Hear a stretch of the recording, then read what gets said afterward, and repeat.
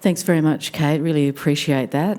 And it was lovely. We've actually just shared that Kate will be visiting part of my Rui, my country, on Friday, and I'll happen to be there on Friday, and she's actually going to be going past my traditional lands as well, which is wonderful. So, yeah, it's great to meet you, Kate. So I just wanted to, first of all, just open by thanking the organisers and particularly Alison and connecting with me. I know how stressful things like this can be, so I really appreciate it. Thank you.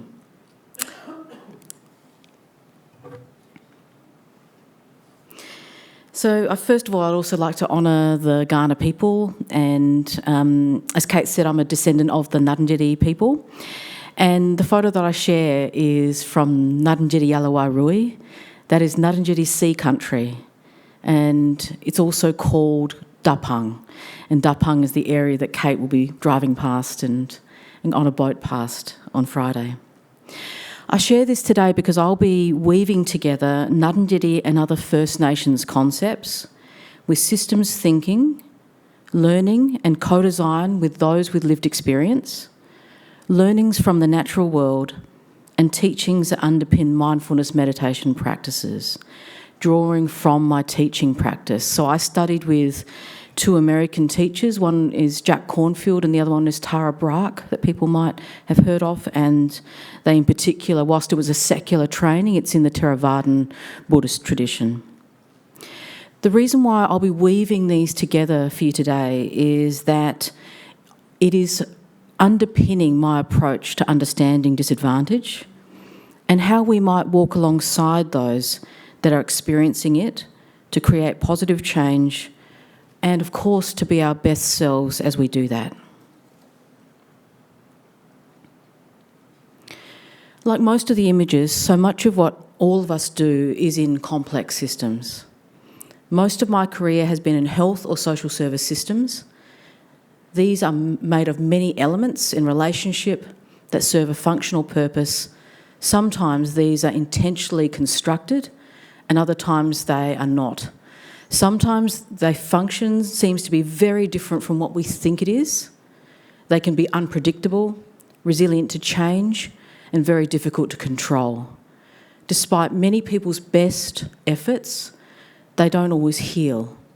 Actually, they can do great harm. So the question I have, and I'll be exploring today through the lens of listening to people, is how do we navigate this for ourselves and others as we try to create change?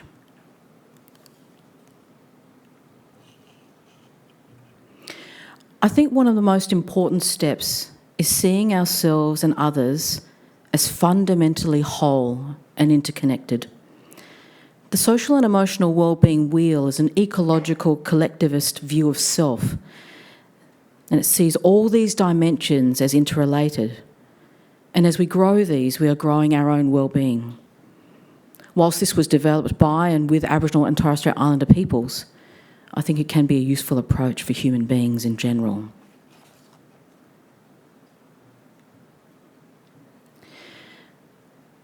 Stitch by stitch, circle by circle, weaving is like the creation of life.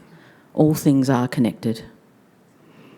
I mentioned in my introduction the concept of weaving. Auntie Ellen is an elder and master weaver of the Ngarrindjeri Nation. In our language, it is called lakun, and whilst it is about the weaving of materials, including sedge, it is also about interconnection and kinship, and has a relationship to words like Lakalinjeri, the name for our tribes.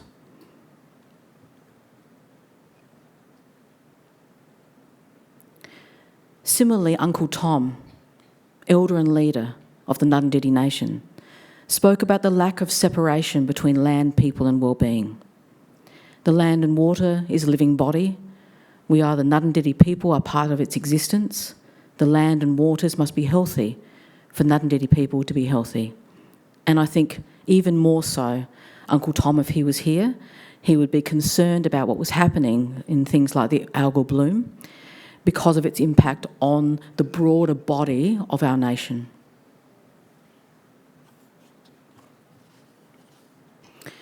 Another First Nations view from a book called Sky Country.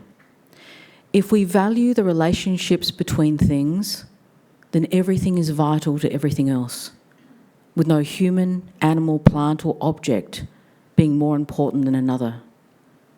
When these beliefs are applied to a way of life, we see a culture of treading lightly, of cohesive communities and sustainable practices based on a web of intimate and relational knowledge. I've better understood the wholeness of others in relationship through walking alongside those that have had very poor experience in both health and social service systems.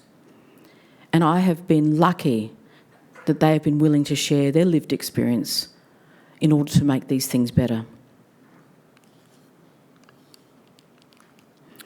As a consultant, I've been brought in by organisations to listen to others to specifically improve service design. So I think really working alongside many of you in terms of the kind of work you do. Part of this is the opportunity to deeply listen to people who have had terrible suffering and then additional hurt from the systems they went for to help. I was lucky enough to hear their hardship and their knockbacks, and have also been able to see their endurance and their persistence. And sometimes, due to long-term work, I've been able to be involved in their growth and their flourishing. And this taught me a few things about understanding people that have gone through hardship and those that have been, again, harmed within the systems that they wanted to help. I learned a number of things. Listening and watching deeply can really help us to understand injustice. Complex systems can be tricky, so that it isn't always obvious. And I imagine that in elements of the work that you do, you're trying to create design in the systems that you work in to really work to heal people and to manage injustice. One of the things I've learned is that it can be hidden sometimes. So it's worth looking for, it's worth noticing what's happening. Another thing that's been important in my work is hearing diverse stories, even from people I disagree with. It's helped me to better understand the fullness of what is happening in systems. Thirdly, something that I've really learned about, because I think it's easy to work in these kinds of systems and think that somehow we know better than other people, and or maybe that we're even more together than other people. And something that's been important to me is that I've realised that I'm no better than anyone else. I just happen to be here at a time that I can do something useful. I can't save anyone else, but I can play my role in this work. And that's one of the invitations I'll be asking you later is, what is the role you want to play? You know, is it the role of the advocate? Are you the one that will resist? Are you one that's going to negotiate? Are you the ally of people in terms of the work that you do? We all have a role to play. So what's yours? And finally, people are fundamentally whole and not broken. And I've learnt to really believe this. I've learnt to be a true believer in this.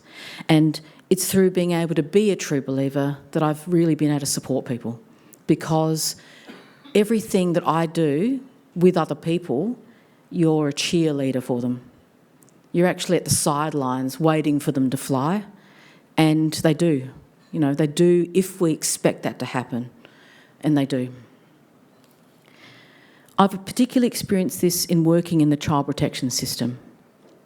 It would be easy to think that children that are in out-of-home care, for instance, so those that have been removed from families, are broken or damaged.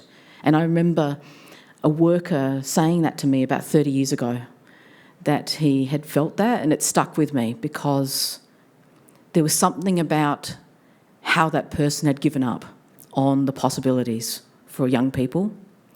Because whilst it's true that they have been hurt, they can make their way to healing with the right care, support and belief.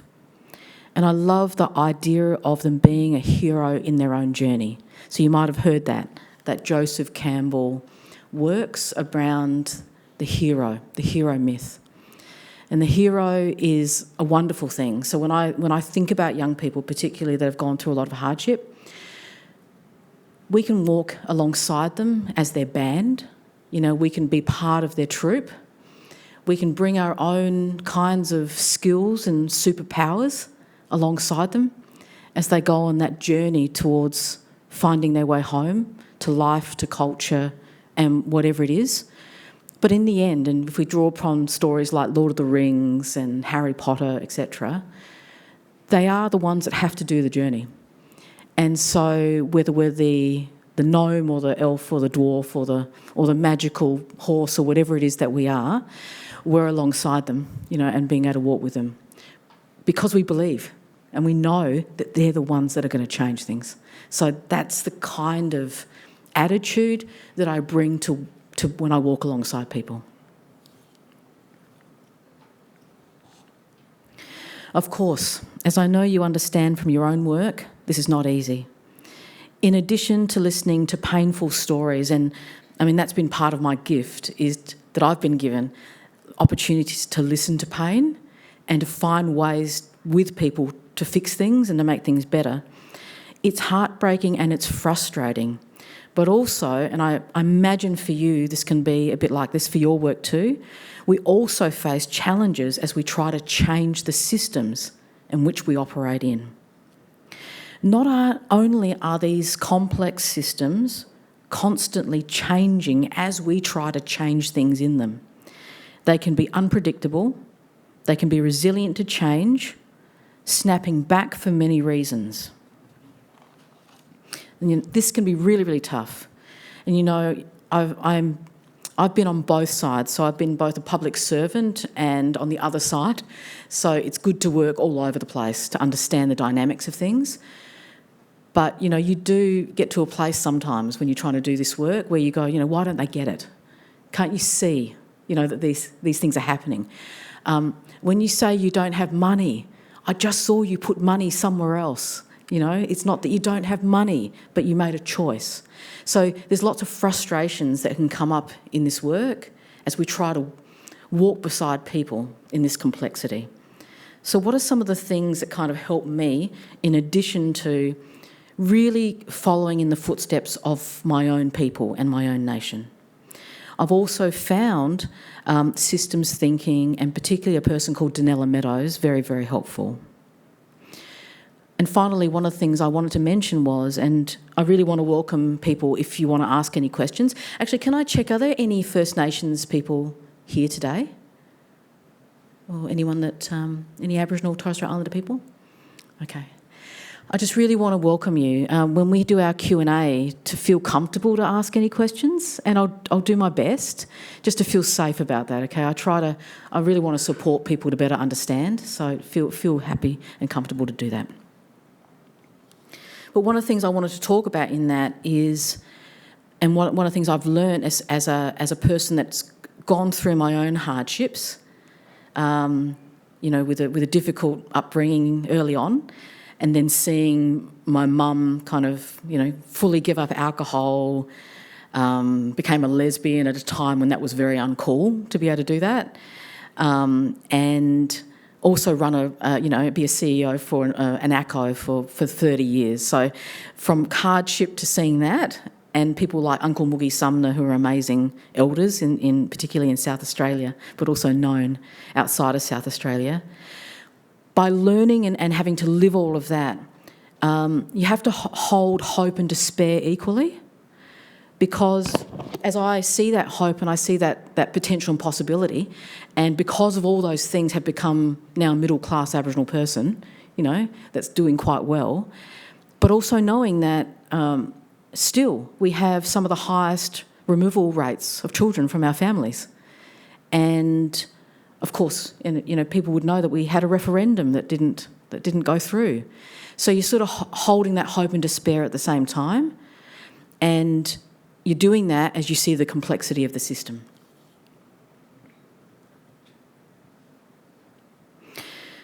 So Donella Meadows, who was a really great systems thinker, invites all of us wherever we are, to navigate, wayfind, adapt, ride and surf and move with systems change, as opposed to thinking we control it.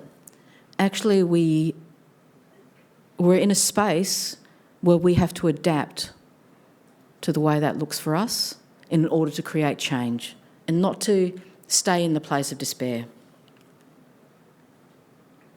She says this: we can't control systems or figure them out, but we can dance with them. I already knew that in a way before I began to study systems. I learned about dancing with great powers from whitewater kayaking, from gardening, from playing music and from skiing. All those endeavours require one to stay wide awake, pay close attention, participate flat out and respond to feedback. It had never occurred to me that those same requirements might apply to the intellectual work we do, to management, to government, to getting along with people. So as we ride the waves or navigate the white water of systems change, how can we bring our best selves to that, maintaining our composure and our optimism? Because people that are suffering or have been hurt by systems, which, by the way, could be any of one of us, and that's something I kind of remember. Not only am I doing this for others, I'm doing it for myself every time I do the work that I do. These people need our steady, passionate work wherever we are in the system. So I'd like to share some teachings I've learnt as a meditation teacher and a student with Tara Bracken and Jack Cornfield. As Roshi Joan Halifax, as a really, really well-known Zen teacher, says, how can we be in the world with a strong back and a soft front? And I want to read something that she says, quite a beautiful quote. All too often, our so-called strength comes from fear, not love. Instead of having a strong back, many of us have a defended front shielding a weak spine. In other words, we walk around brittle and defensive, trying to conceal our lack of confidence. If we strengthen our backs, metaphorically speaking, and develop a spine that's flexible but sturdy, then we can risk having a front that's soft and open, representing choiceless compassion. The place in the body where these two meet, strong back and soft front, is the brave, tender ground in which to root our caring deeply. So what she is really inviting us to consider is, how do we prepare our minds and emotions, understand our roles and the ways we need to kayak in the work that we do? How do we do that in order to face the challenges and the disappointments, the doubt sometimes, and maybe a little bit of despair? And I think, and I've certainly gone through this myself, so I imagine that we've probably gone through this, cynicism and sometimes burnout. How do we kind of work with the mind, work with our emotions to keep ourselves open to do this work well? So what I'd like to do is to share with you 4 different practices that have been really, really important in my own practices and in my own thinking. And whilst these are Buddhist influenced, I'm teaching them or showing them to you in a secular way. But I do like to acknowledge that they do come from Buddhism, because it's important to say where the foundation of something is. So they're called the Brahma Viharas. You may have heard of that before. Another word for them is the divine abodes. And the reason why they're called that is because when we can sit in those places and be in these moments, we are actually sitting within the divine. That's why they're called the Brahma Viharas.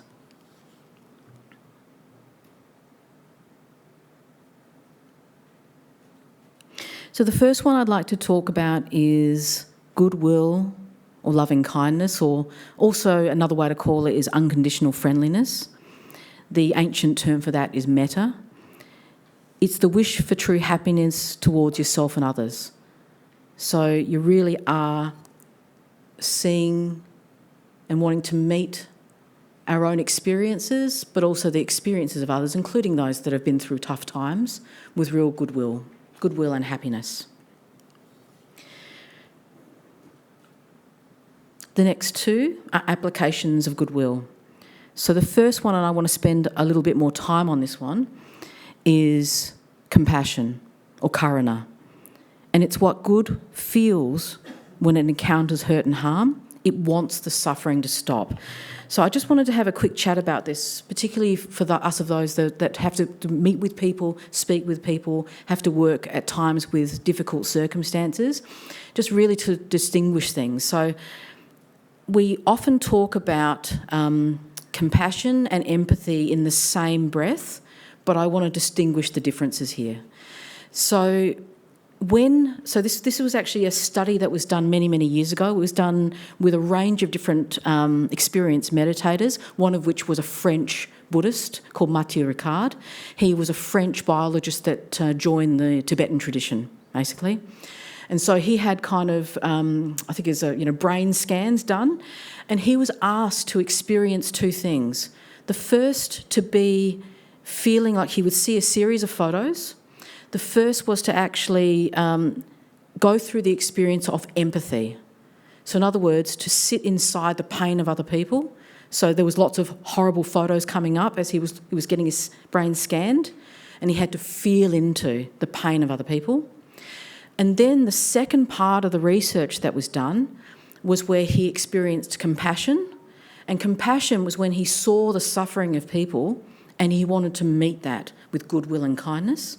So you can see there's a distance between one and the other. You're sitting inside the suffering of what other people are going through. And they actually found that when they looked at his brain scans, it actually lit up as pain when he did empathy, basically. Okay, and this is from someone that's very trained in the control of your own mind. Okay, so one of the things I think is important that I try to share with anybody doing work with any human being, particularly in challenging circumstances where you're under stress or you're having to listen to people that have gone through tough times, consumers, etc., is that whilst empathy is a starting point to connect with those that have gone through hard times, it's actually compassion that we want to continue with. Otherwise, we can lead to areas like empathy fatigue, for instance. So I just want to touch on that because I think it's useful for really any of our human experiences, but particularly in work that gets tougher and is more stressful. The next one is empathetic joy, or mudita, and it's what good feels when it encounters happiness. It wants the happiness to continue. So, you see a person that's, they bought the house that you wanted, or they have the car that you want. Instead of wanting to go to a place of envy, we're going to be happy for people. We're going to be joyful for people. We're going to be, this is harder than said than done, but all of it is, okay? But for us, we want to meet that happiness with goodwill.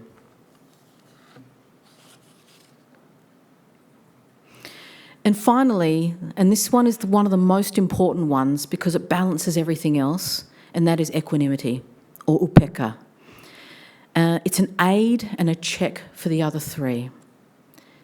Pascal Auclair, a meditation teacher from, I think, Canada, says this: equanimity requires a strong, courageous intention to stay in balanced contact with what we face. Some people describe it as stability of heart or mind that can meet what is difficult without falling apart or lashing out or closing down. It's the heart that is able to be with what is difficult and is also able to be with what is pleasant without the fear of losing it, without wanting to defend, keep or get more of what we have. Another word that comes to mind for equanimity is composure. And so what I've done, and this is definitely moving into the more of the secular realm now, is I've taken those concepts, so an ancient tradition, and applied it to potentially what we're thinking about service and system design. So just to give you a couple of ideas of how I've explored that as designers yourselves or people that are engineers and others that are doing this work. What are some of the things that you might think about?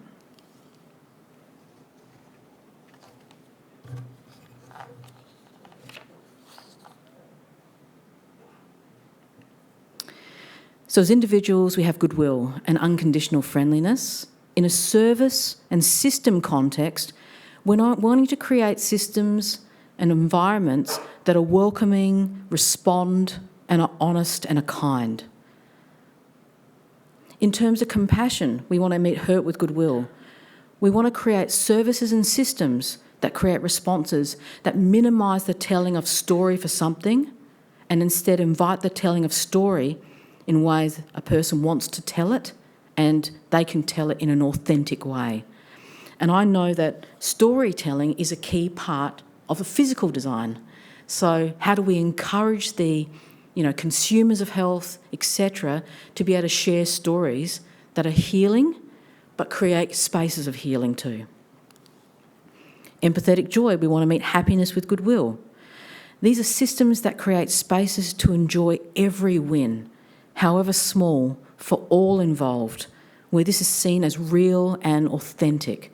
So we don't want to kind of meet with this kind of false sense of happiness. We want genuine, deep happiness for people and spaces that allow people to feel successful, happy, joyful in spaces of healing.